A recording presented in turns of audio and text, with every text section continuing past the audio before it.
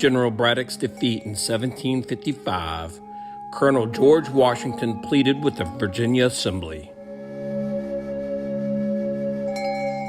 to commission a line of forts to protect the settlers against the coming French and Indian attacks along the frontier.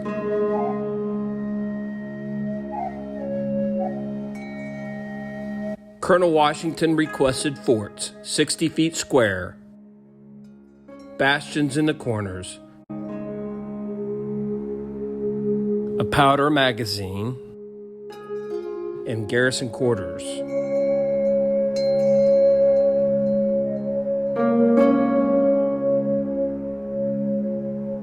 In August of 1756, the Virginia Assembly approved a chain of 23 small forts along the wilderness frontier.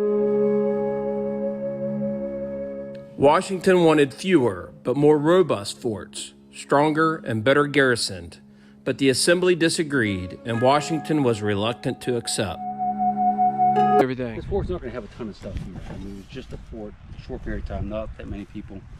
We got melted metal. Very good. Is this it? It looks like it's strategic. Possibly. I mean, it could be just junk from the pile over there. So I have this little chunk of stuff that's melted. Yeah, that's odd. And it's like brass or something. And you know, I'm thinking anything in the fort, since it was burned, would have melted. It's spoons, buttons, bullets, anything. So it's possible.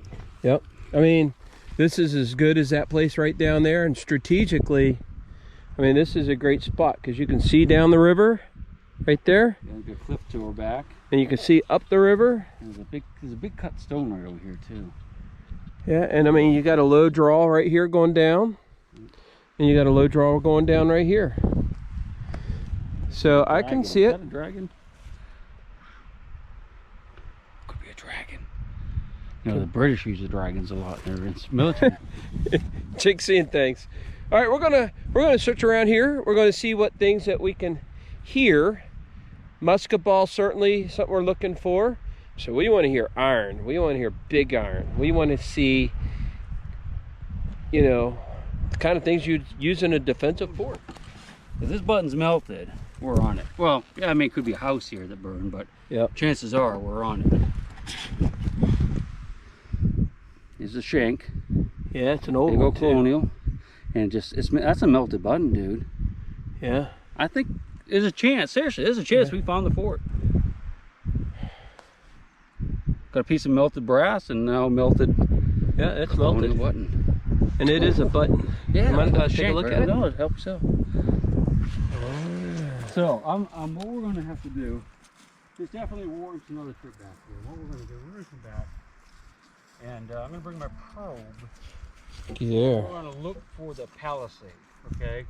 I found the melted button there. Old button. Jake thinks we're on it. I haven't found anything yet, but I need my bigger coil. Right there, that's where the melted button, other piece of melted thing here. So it's probably the center, so the palisade is going to be right here. Yep. All right. Down to the plow line. It's only 12 inches from the plow line. All right. Pull this plug. Chick found that colonial coin right over there. Button, yeah. Button? Yeah, coin. Button.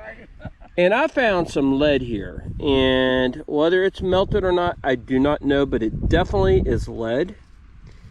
And so, down the same level, about 6-8 inches deep. And that's lead. So, we think that we could be on it right here. And the thing is, you could see how late in the day it is. I think we're going to have to come back here. I'll bring out my big coil. It goes deeper. But that's a promising sign right there. Okay, I just dug that huge deep hole. Took a lot of soil out of there. And I found this big old piece of melted lead. I think we're on it. This is the second piece of melted lead I have found, and well, the other one is marked it with a rock right there, a stone.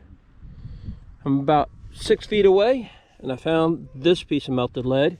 And actually, right there is where the chig, where that stone is, found the melted button. I think we're on it. I really do. A few more signals. Okay, I'll let you guys see how deep this is. It is, geez, 18 inches deep easily. Sorry, but that's all I pulled out. And here's what I found, and it is melted pewter. That's what that is. That's melted pewter. But you can see the plow line right down there, and it goes down this way. And we popped it out at the end, and it's melted pewter. So that's a great find, and that's a great indicator of a fire being here. Okay, yeah, there is charcoal in here. We have found a layer of charcoal in here, and there's bits and pieces of charcoal in here. And the fort was burned, and it was burned, so everything is melted. And so the sounds, I mean, even this sound, as deep as that was a little bit jumpy, but it was a squeaker that I could hear, and it had that crisp sound that told me it was not iron. They're deep. These holes are everything's deep. All right, let's keep going. It was melting. The day, the time, the minute this was melting, the people were being slaughtered. Probably. Yeah. Oh, slowly roasting over fire. Kids, women. Yeah, or some other thing as that was being melted. Yep. All right, I just pulled this out of this hole right here, and definitely melted. Definitely been a fire here. I don't know if it's lead or pewter. I mean, it doesn't look like lead because it doesn't have the white, but it's heavy. And I think it actually is pewter. I think it's melted pewter is what this is. All right, I think we're on it. Definitely, I think we're on it. But everything we're finding has been melted, and it's old. It's like 1700s, mid 1700s old.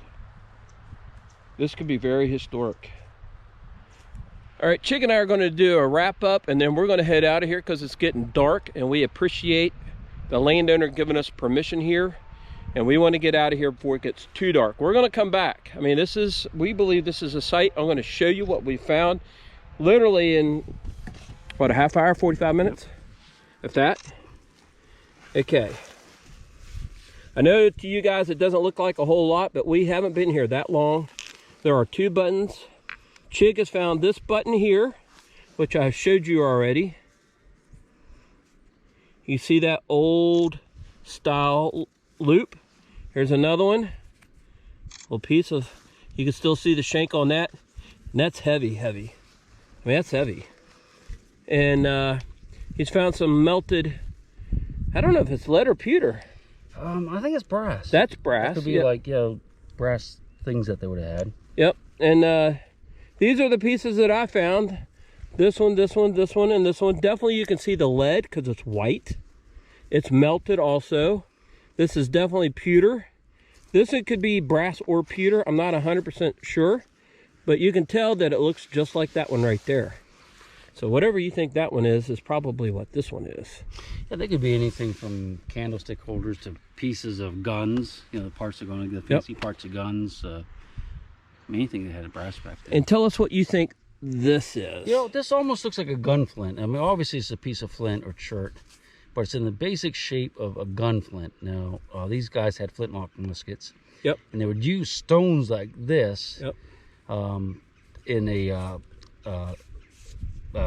folded piece of lead and the hammer to strike iron that would make a spark that would ignite the gunpowder to shoot the musket. And it kind of looks like one to me. Yeah. It's definitely a worked piece. Could just be Indian 10,000 years ago, but I agree. I mean, I think it very well could be a flint to a musket, an old musket. I mean, that's awesome. That's great finds. I mean, historic.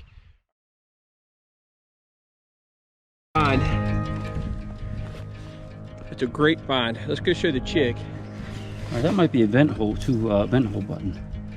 Yeah, it is. That's a vent hole button. If you look here, there'll be a hole there and a hole on the other side. It's the method of manufacture where they put, it's a 2-piece where they put it together. That holes are in it to let the gas escape when they would solder it together. So yeah, that date, I think I'm pretty sure that dates right to the period too. Nice brass button, unmelted. I asked Chig to tell a little bit, since my part of the story is is on the history side, and his will be on this as well. But we learned something on this dig. Chig, tell us what we've learned on this dig. Today, this is what I learned today. Fort site, no one knows, did they just give up and get slaughtered? Did they get hauled off somewhere? Did they fight and die? No one knows, except us. We figured that out today. With our detection in here, we were finding musket balls that were fired and flattened inside the fort. That tells us they fought. They fought to the bitter end. The bitter end. I mean, there's melted buttons and all kinds of stuff in here. They didn't give up. So whoever the captain of this fort was decided to fight. And was it the right choice? Probably so, because the next fort down the next day, they did give up without a fight. They were all slaughtered. Yep. No one knows that about us.